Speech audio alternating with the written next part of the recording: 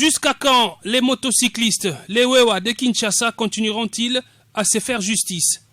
Le vendredi 1er novembre 2019, pendant que le vice-gouverneur et le commissaire provincial de la police, dans une parade, moralisaient les policiers après le meurtre d'un Wewa tué par un policier nouvellement formé, un groupe de motocyclistes s'est attaqué au bâtiment de l'office des routes abritant à Kingabo-Limete les policiers de GMI Alpha, appelés communément Oudjana. Ils ont incendié ce bâtiment où se trouvaient les hommes en uniforme et leurs familles qui ont tout perdu. Parmi les motocyclistes qui ont commis cet acte, la police a mis la main sur Chimanga Mulumba Chani. Face aux nombreuses contradictions du prévenu, qui pourtant est passé aux aveux devant un OPJ, le réquisitoire du ministère public a été sévère. Et il sera passible de 20 ans de servitude pénale principale. Le tribunal de grande instance de Kinshasa Matete s'est prononcé. Se condamne à 15 ans de servitude pénale principale. Ordonne son arrestation immédiate. Alors qu'ils ont commis leur forfait dans l'objectif incivique de punir les GMI Alpha auxquels appartenait le policier condamné à mort bien avant pour meurtre de leurs collègues, Chimanga Mulumba Chani et ses collègues ne versaient pourtant pas de larmes. La pauvre mère du condamné, vendeuse des fruits de son état, n'a pas pu se contenir. Ce mercredi 6 novembre encore, les motocyclistes ont bloqué la circulation sur l'avenue Ngouma à la hauteur de la Ressaïsaï à Ngaliema. Ils réclamaient la libération de leurs collègues Wewa, arrêtés après avoir renversé une dame.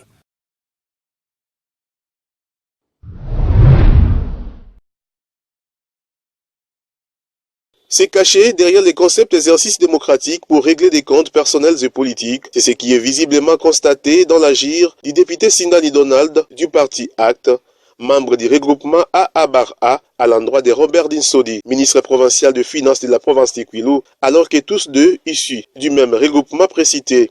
Acharnement, règlement des comptes et préméditation, dans cette prouesse, c'est le peu que l'on puisse dégager du comportement de cet élu, qualifié par sa propre famille politique, FCC, d'Enafran, juste pour exprimer le malaise, mésentente et imbroglio dont son parti aurait créé au sein des AA-A suite à son immaturité et inexpérience politique. En réponse aux questions d'éclairage lui adressées à la plénière précédente, ces membres de l'exécutif provincial a en toute maîtrise démontré la technocratie qui s'est reposée sur la véracité de faits. Mais vu que ce fut un plan machiavélique machiné par l'auteur de la dite question, qui, en lieu de donner l'avis sur des questions de relance, il a choisi de commenter sur les réponses de la première pionnière, juste pour solliciter une interpellation. Je vous rappelle que je suis membre du Front commun pour le Congo. Je sais que nous sommes majoritaires dans cette salle. Alors, si vous parlez de la majorité, je ne sais pas de quelle majorité vous parlez. Mais si jamais, monsieur le ministre, par les votes de mes collègues, ne peut pas subir la sanction qui est la sienne, ce n'est qu'un jeu démocratique. Cette indiscipline voilée a été vite attaquée par le Front commun pour le Congo au prorata d'une déclaration. Notée en somme, cet élu, dans son plan de déstabilisation, a moralement corrompu un nègre journaliste devant jouer les rôles du courant de transmission, lesquels de bide journaliste a failli honteusement créer un incident au Parlement. Affaire à suivre.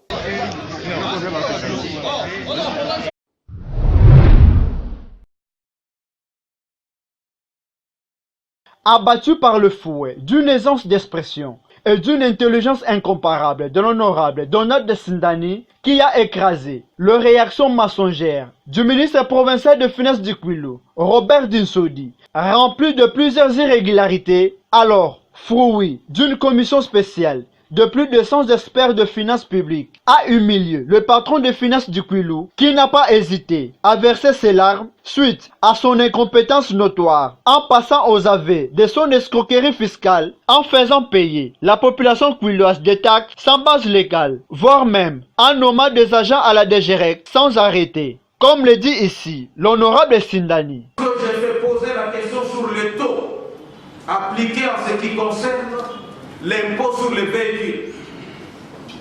Monsieur le ministre répondra en disant il m'appartient, conformément à une ordonnance de 2018, de pouvoir fixer les taux.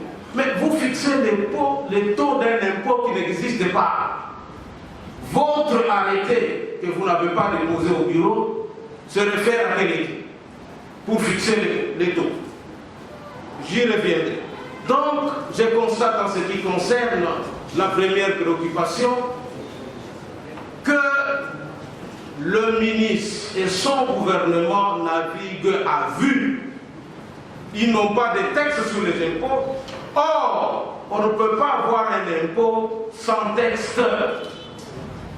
C'est de l'escroquerie. Et, honorable président, excusez-moi, j'ai comme l'impression que même notre assemblée jouit du fruit de l'escroquerie.